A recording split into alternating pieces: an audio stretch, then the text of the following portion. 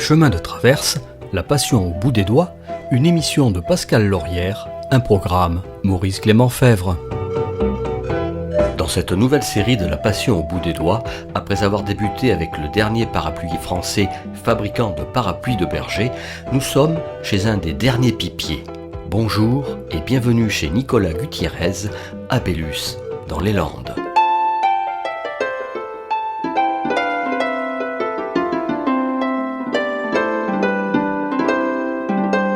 Avant de retourner dans l'atelier de Nicolas, retour sur sa collection de pipes. Celle-ci n'est pas restaurée, le tuyau est oxydé. Donc ça, normalement, on a le même noir que sur les pipes que je vous présentais avant, un noir brillant, et seulement avec l'oxydation de la lumière, on devient un petit peu marron, mais elle n'a jamais été fumée. Ça là est original, parce que voilà. Là, on est sur un sacré morceau, un visage, un masque. Oui, parce qu'en fin de compte, il y a tout le foyer qui est en bois, ça continue en bois avec comme une anse. Voilà. Ça fait comme si on tenait un verre en quelque sorte. Tout à fait. Pour venir la tenir, elle épouse parfaitement la forme de la main, alors qu'on a quelque chose de très massif. Et justement, vous avez l'irrégularité du bois là sur le dessus du foyer et qui vient se poursuivre jusqu'au bout de la tige. Et donc ça, c'est ce qu'on appelle le broussin. Et c'était un plateau de bruyère, et vous avez l'extérieur naturel du plateau de bruyère. Ah putain, elle est jolie celle-là. Voilà. Enfin, les autres sont belles aussi, mais je veux dire, elle a vraiment une particularité, ça fait vraiment une tête avec un nez, une bouche, et puis il y a le diamètre de la... Voilà, une épaisseur de bois très importante. Très importante, et puis un foyer... Oui, qui est profond. Hein. Oui, qui est très profond. Là vous avez 3 bonnes heures de fumage. D'accord. Et donc c'est là que c'est important de bien remplir sa pipe, de bien tasser, de bien... Oui. Donc voilà, celle-ci est non fumée, elle restera non fumée. Ça fait partie des caprices. Non, alors c'est quelque chose de très très rare, et c'est donc Pierre Morel Senior qui l'avait fabriqué. Il en a fabriqué à peine une douzaine dans ce style-là. Chaque pièce est unique. J'en ai 2. Il y en a une qui est fumée, et celle qui est non fumée restera non fumée, parce qu'il n'y en aura jamais d'autre. Donc, vous la gardez telle qu'elle. Voilà. Et je la range dans sa petite housse. Voilà. Ah, elles ont chacune leur petite housse. Oui, pour pas qu'elles s'entrechoquent. Oui, il faut pas qu'elles s'entrechoquent. C'est la folie du fumeur collectionneur.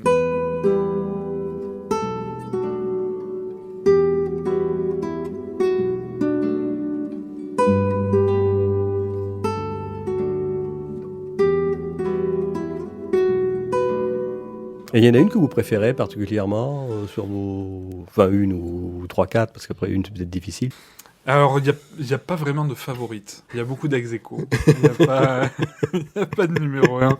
Mais il y a beaucoup d'ex-aequo, alors soit de par leur rareté, qui fait que je les ai recherchés pendant 4-5 ans avant de... Oh, ça y est, je l'ai trouvé. Ouais, mais vous les trouvez où? Parce que c'est dans le peu de salons que vous faites, sur les vide-greniers, sur les brocantes, les annonces du Bon Coin, les ventes aux enchères dans les salles de vente, les ventes aux enchères sur eBay, sur des sites internet comme ça. Oui, donc il faut se tenir au courant.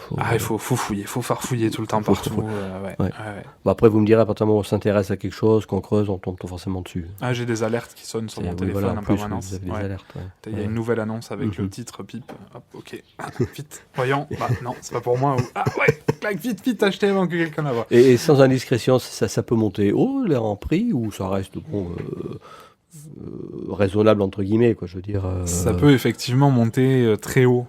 Ça peut monter à plusieurs milliers d'euros. Ah oui, quand même. Mais comme on peut avoir une pipe à 30 euros et qui va être une très bonne fumeuse. Certains artisans sont plus recherchés que d'autres. Ils ont fabriqué très peu de pipes de leur vivant, par exemple, et ils sont décédés depuis. Et donc là, on atteint des sommets. Mais en règle générale, pour une pipe neuve, en tout cas, il faut compter environ 200 € pour avoir quelque chose de correct. 150-200 € pour avoir quelque chose de correct. Après, oui, ça peut s'affoler. Mon record de vente, c'est une pipe d'occasion qui s'est vendue à 5800 €. Ah oui.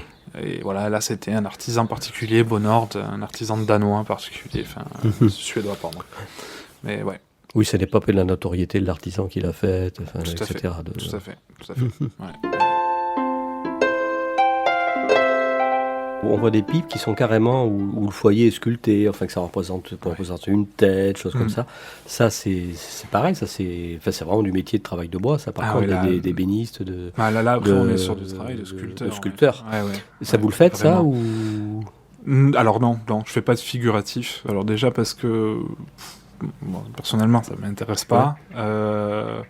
J'aime bien le côté végétal. Alors oui, parfois, je vais jouer dans les courbes, dans les formes pour avoir quelque chose qui se rapproche d'une feuille, d'une plante carnivore, voilà. D'accord. Parfois, ça m'arrive de partir dans mon imaginaire, tout en suivant le bois, bien sûr, voilà, d'avoir des choses un peu travaillées comme ça, mais jamais dans le figuratif. Retour dans l'atelier de notre pipier trentenaire à la barbe bien taillée. Vous avez du vieux matériel de polissage qui fonctionne sur les vieilles machines que j'ai au fond de l'atelier, un petit peu plus loin, derrière donc la scie à ruban. Oui, parce que le polissage, pour arriver à faire briller, c'est uniquement du polissage, c'est ça? Oui, c'est du ponçage. Avec des produits peut-être, du ponçage. Et après, c'est un polissage mécanique sur un tour à polir, avec des pattes de polissage de plus en plus fines. Sur un tour à... Alors un tour à polir, vraiment un touret ou un tour qui est consacré au polissage. Donc si on avance un petit peu, vous voyez déjà ici... c'est quoi ces machines-là dans lesquelles on peut mettre les mains? Donc c'est des cabines de sablage. Alors celles-ci sont assez spéciales, c'est des cabines de prothésie dentaire en fait. Moi je m'en sers pour nettoyer le haut de mes broussins, de mes plateaux de bruyère. Pour avoir un bois clair sur le dessus, on vient par sablage le nettoyer. D'accord, d'accord, ça le décape, ça enlève toute la... Voilà. Avec la deuxième machine ici, j'ai un grain plus gros de sable, on va dire, et du coup là je vais pouvoir creuser le bois pour avoir des finitions sablées. Oui, ce qu'on a vu sur les pipes qu'on avait montré tout à l'heure, sur des stries, choses comme ça. Voilà. Donc ça c'est la partie air comprimé, donc avec aussi la fraise du dentiste qui me sert à faire des petits travails de sculpture justement très précis. D'accord. Voilà. Fumer la pipe, l'éloge de la lenteur, un art de vivre, tout un rituel pour la préparer, la fumer et la nettoyer. Quand on fume la pipe, c'est-à-dire qu'il faut avoir du temps parce qu'il faut la préparer, il faut mettre le tabac, il faut tasser, plein d'opérations. Et après, pour fumer, il y a une certaine façon, où chacun a sa façon, ou est-ce qu'il y a un peu des façons d'inspirer, d'expirer, de faire du rétronasal, enfin je sais pas comment on peut faire dans plein de choses qu'on déguste. Quoi. Je veux dire, est-ce qu'il y a vraiment quelque chose, du moins quand on aime ça, après je me doute que ça dépend. Vous avez dit le mot rétronasal, effectivement, quand on apprécie le tabac qu'on est en train de fumer, c'est très important. Développer beaucoup plus de goût et comprendre un peu davantage ce qu'on est en train de fumer, en fait. Mais après, c'est l'expérience qui fait le bon fumeur. Hein. Vous ne tiendrez pas une pipe allumée sans la rallumer plusieurs fois dès la première fois. D'accord. C'est au fur et à mesure des années, moi-même encore, il m'arrive d'avoir des surprises. Tiens, j'ai du mal tasser à cet endroit-là. Bon, hop, faut rallumer. C'est comme ça, c'est l'expérience, quoi. Mais toujours un tirage léger et surtout ne pas faire chauffer la pipe. Quand on sent que la pipe chauffe, on n'hésite pas, on la vide, on la pose de suite. Voilà, sinon on peut avoir un point de chauffe et brûler le bois à un endroit. Et brûler carrément le bois. Si on tire trop fort sur la pipe, c'est le risque. C'est le risque. Et une fois que c'est brûlé, c'est fichu. Donc voilà. Si ça chauffe de trop, qu'on n'arrive plus à la tenir, vite, on vide, on pose, et on reprendra plus tard quand on sera peut-être un peu plus détendu. Et qu'on tirera moins fort dessus, quoi.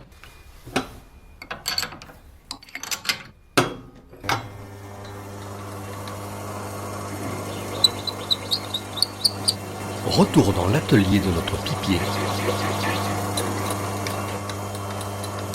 Et là, ce que nous avons devant nous, là, c'est calibré avec ces parties rondes au bout, là. Alors ça, ce sont les boutrolles qui me servent à fabriquer les anneaux, les bagues pour les pipes, voilà, tout ce qui est ornement. D'accord. Voilà, à mettre en forme des anneaux. Donc ensuite, ici, je crois que c'est à peu près tout.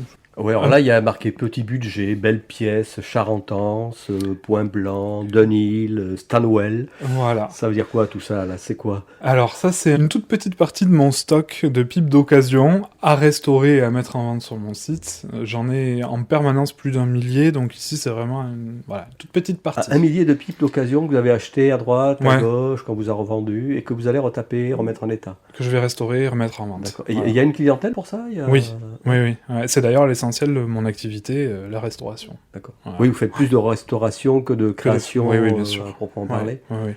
Il sort entre 30 et 50 pipes restaurées par mois dans mon atelier. Ah oui. Et en fabrication, on est plus sur 1 à 2 pipes par mois.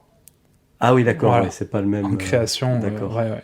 Après, c'est pas le même travail. Création, bon, ben, il y a la satisfaction d'être parti du bout de bois. Ah oui, on est sur un travail beaucoup plus long. Et C'est toujours beaucoup plus long de fabriquer Ouais. que de restaurer. Ouais. oui, mais il y a le fait de partir du bout de bois, là, de Ah ce bah que oui. vous appelez, puis d'arriver à avoir fait la pipe. Et mettre mon nom fini. dessus si je Voilà. suis suffisamment content de mon travail. Voilà, Ouais. Oui, là, il y a une réelle satisfaction. Satisfaction. Et C'est puis vrai. par contre, oui, mais enfin, d'un autre côté, au niveau de la restauration, je pense qu'il y a aussi le fait d'avoir certaines fiertés, d'avoir rendu un peu, entre guillemets, vie à une pipe, elle peut être refumée, d'avoir peut-être Alors voilà, d'en avoir sorti un peu de son, il y a de son long sommeil. Ouais. de Mais son sommeil, oui. il y a des pièces effectivement qui sont très anciennes ou plutôt rares, et là effectivement on est plutôt content de sauver un peu de patrimoine pipier, voilà. Donc des pièces qui auraient fini jetées parce que parfois il y a des réparations, on n'est plus dans de la restauration, on est vraiment dans de la reconstruction parfois. Donc oui, là effectivement il y a une certaine fierté. Après, il y a des pièces, vous voyez par exemple donc dans les boîtes petit budget, on est sur des pipes de série où il y en a des milliers d'exemplaires. Oui. Bon, là c'est un petit peu, c'est pour contenter mon public, quoi, enfin mes clients. Tout le monde ne peut pas mettre plus de 100 € dans une pipe d'occasion. Donc il faut qu'il y en ait pour tous les budgets. Là on est sur des pipes à 20, 40 €, voilà. Et là voilà, on va descendre ici sur des Dunhill, donc marque anglaise, Charlatans. Là on est sur des pipes qui neuves peuvent coûter déjà plus d'1 millier d'euros, donc voilà. D'accord. On est déjà sur des prix largement supérieurs. Voilà.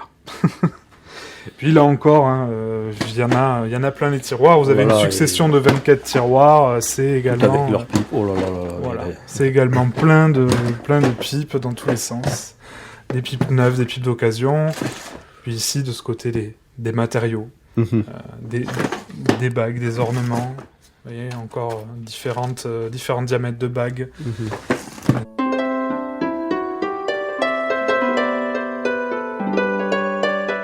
Et puis après, vous avez ce qui me sert à la restauration, à la réparation. Donc très souvent, ce qui casse sur une pipe, c'est le tenon du tuyau. C'est la partie la plus fragile, en fait. Si on vient de démonter sa pipe encore à chaud, très souvent, le tenon casse. Et du coup, voilà, ici, j'ai quelques tenons rapportés en nylon qui ont une souplesse supérieure à l'ébonite ou à l'acrylique et qui, donc, eux, ne cassent pas, se déforment. Donc quand un client casse le tuyau de sa pipe, pas d'inquiétude à avoir, c'est juste un travail de perçage autour, et ensuite on vient y adapter et y coller un tenant rapporté en téflon qu'on va tourner au bon diamètre pour l'adapter à la pipe. D'accord. Voilà.